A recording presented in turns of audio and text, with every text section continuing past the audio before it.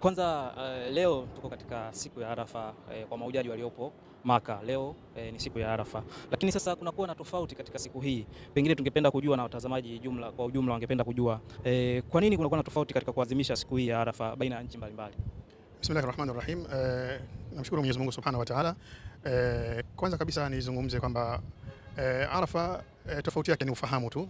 Hakuna mtu ambaye yote anapinga uwepo wa Arafa, bali ni ule ufahamu ndio unatofautiana kati ya makundi na makundi.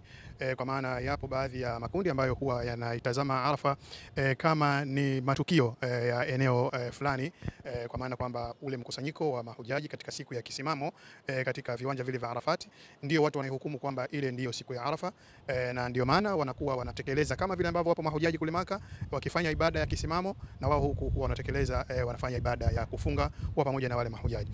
Lakini ufahamu wa pili, sisemi kwamba tofauti, bali ni ufahamu mwingine ambao pia baadhi ya maulama wanao, ni kwa maana kwamba wanachukua kwamba kile kinachosema kwamba Arafa ni siku ya 9 katika mwezi wa mfungo 12, kwa maana mwezi 12 kwa maana mfungo 3 Dhulhijja. Kwa hiyo wakiangalia hivyo, wao huwa hawaangalii tukio linalotokea au matendo wanaofanya kule mahujaji, bali wao moja kwa moja huwa wanatazama, je, leo ni mwezi ngapi katika eneo lile pale ambalo yupo, kwa maana kwamba kama kunakuwa na utofauti wa muandamo kati ya sehemu ambayo kinafanyika kisimamo kule Maka, kwa maana katika viwanja vya Arafati, na ile sehemu ambayo yeye alipo, basi huwa wakati mwingine kuna kwa sana upishano wa ile siku ya somo ambayo anayofunga. Lakini kama wakati mwingine panakuwa na mwingiliano moja kwa moja kwamba mwezi 9 katika sehemu aliyopo ndio siku ambayo imesadifiana na mwezi 9 au kisimamo cha kile cha Arafa, ndio basi naye anakuwa anafunga. Kwa hiyo kikubwa zaidi ni mitazamo ya kiufahamu zaidi, na wala sio mitazamo ya kugomvi au kuleteana maneno ambayo hayafai.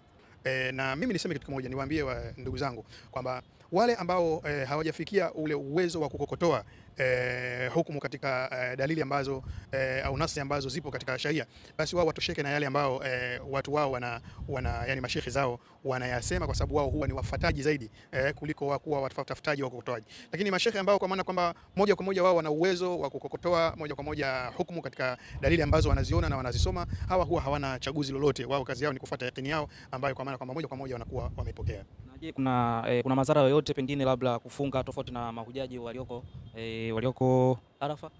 Hii wakati mwingine inaweza ikatokea hivyo, kwa sababu mojawapo kwanza tunakuta tuna tofauti, kwa maana kwamba kuna baadhi ya watu utakuta kwamba siku hiyo hiyo katika nchi hiyo moja wako katika Eid na watu wengine ndio wako katika Arafa.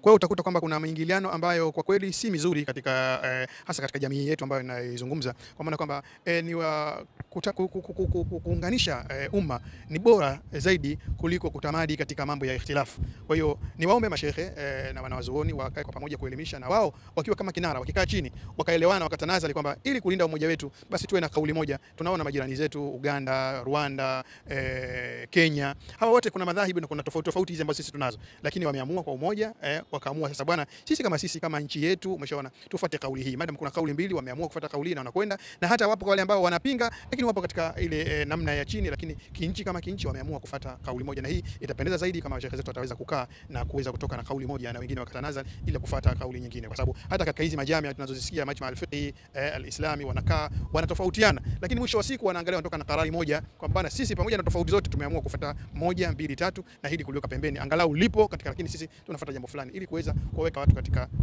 korido moja. Leo kwa Tanzania wengine wanahesabu ni 8, umeshaona, lakini kwa kule ambapo inafanyika ibada leo ni 9. Kwa yule ambaye anahesabu leo ni 8 na msimamo wake kwamba atafunga katika siku ya 9 ya mwezi wa Dhulhijja, kwa maana atafunga kesho yake, umeshaona, hatafunga katika ile siku. Angalau kule watu wamesimama, yeye standi yake na masdari yake na sosi yake ni kwamba atafunga katika ile tarehe ya 9 katika ule mfungo 3 kutokana na mwezi wake jinsi ulivyoandama. Kwa hiyo nasema kama hapa ni ufahamu wa hizi maelekezo ya vitabu. Ufahamu ndio ambao unakuja kujenga misimamo na matukio. Mimi niseme kitu kimoja, Mufti amezungumza hii kauli akiwa yuko Maka, na hivi anavyozungumza, kwa maana leo Mufti madamu yuko katika matendo ya haji, leo atakuwa yuko Arafa. Kwa hiyo hawezi yeye akasema kwamba kesho ni Arafa, kwa sababu tayari yuko katika maeneo yale kule. Umeshaona, laiti kama angekuwa huku sijui angesema vipi kwamba ni kesho au ni kesho kutwa au ni leo, lakini madam yuko kule hawezi, yani leo hawezi akasema yeye abaki hotelini peke yake, au leo aende Mina, abaki Mina kwamba afanye leo ndio mwezi 8, atakuwa peke yake, watu wote leo wamekwenda. Kwa hiyo hata uwe na msimamo gani, lakini madam uko katika nchi ya watu ambayo ndio inafanyika hiyo ibada, huwezi kufanya kitu peke yako. Labda nitoe mfano mdogo, unaweza kuwa umetoka hapa Tanzania mwezi wa Ramadhani, umetoka mwezi wa Ramadhani ukasema hapa mimi kwangu ni 27, si ndio? Lakini Saudia ikawa ni 28, sawa?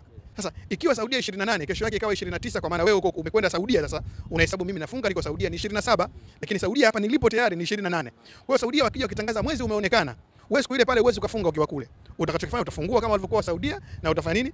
Utakuja kulipia huko. Na the same hivyo hivyo, kwa maana kwamba kwa mfano umetoka Saudia, si ndio? Katika mwezi labda 20 labda na 7 kabla hujafika Ramadhani umekwenda Saudia, huku wewe ukiwa unahesabu kwamba mimi ni 27 labda ya Shaabani, si ndio? Saudia ni 28, ukafika Saudia ikaingia 29, kwa maana kwako wewe uko Saudia ni 28, kwa sababu kutoka Tanzania 28, Saudia 29. Saudia ukiandama ukawa tayari umeshaingia mwezi wa Ramadhani ndani ya Saudia, si ndio? Wewe huwezi kesho yake ukasema mimi ni 29 Saudia tayari mwezi mosi Ramadhani, ukaenda kwenye hoteli Saudia ukaagiza chakula ukasema mimi bado sijafunga kwa sababu ndio 29. Haiwezekani. Kwa hiyo mufti anasema vile kwa sababu yuko katika eneo lile, lakini pia hatujui. Tunamwomba Mwenyezi Mungu kama nilivyotangulia kusema kwamba hawa wanawazuoni wanajua mitazamo yote hii, wanajua misimamo yote, wakae chini waweze kutoka na kauli moja ili umma wa Kiislamu uweze kushikamana na jambo moja na kuweze kwenda katika njia iliyokuwa. Kalela Online TV, elimu ya dini, tiba ya jamii.